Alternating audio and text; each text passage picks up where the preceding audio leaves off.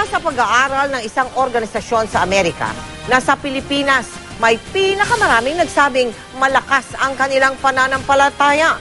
9 sa bawat 10 Pilipino nga raw ang nagsabing naniniwala sila sa Diyos. Nakatutok si Jamsi Santos.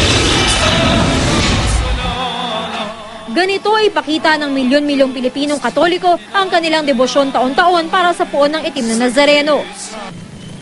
Pagsapit ng Semana Santa, dugo at pawis ang puhunan ng mga nagpepenitensya at nagpapapako sa krus. Maging sa mga ordinaryong araw, hindi nakakalimot sa kanilang debosyon ang maraming Pilipino. Ganyan din karugdob ang pananampalataya ng mga Pilipinong Muslim kay Allah. Maging ng iba't ibang sektang kinabibilangan ng ating mga kababayan. Paniwala ng ilan, sa tuwing may pagsubok kasi maaasahang sandigan ang may kapal. Minsan may pagsubok na binibigay.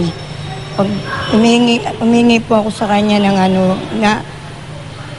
naman, binibigay naman niya yung... Nananalangin ako sa kanya, dahil sa dami ng problema rin natin dito, sa kanya ako kumukuha ng lakas ng loob.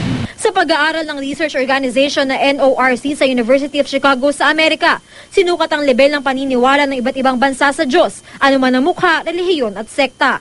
At sa 30 bansang sinurvey ng maraming beses mula pa noong 1991, lumalabas na ang Pilipinas sa may pinakamalaking porsyento ng mga nagsabing malakas ang kanilang pananampalataya.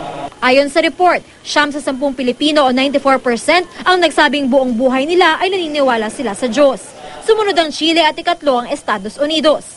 Hindi na raw ito kinagulat ni Father Jerome Marquez, isang parish priest sa Quezon City. Malalim daw kasi ang pinanghuhugutan ng pananampalataya ng mga Pinoy.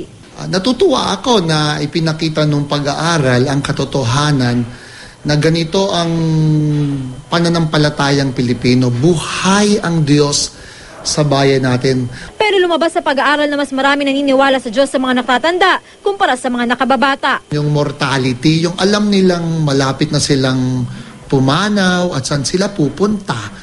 So kung hindi ka nananalig, baka ngayon ka haharap sa katotohanan na ako ba'y basta ililibing na lang at mamamatay na lang o meron pa akong pupuntahang inihanda. Jamsi Sante, Nakatutok, 24 Oras.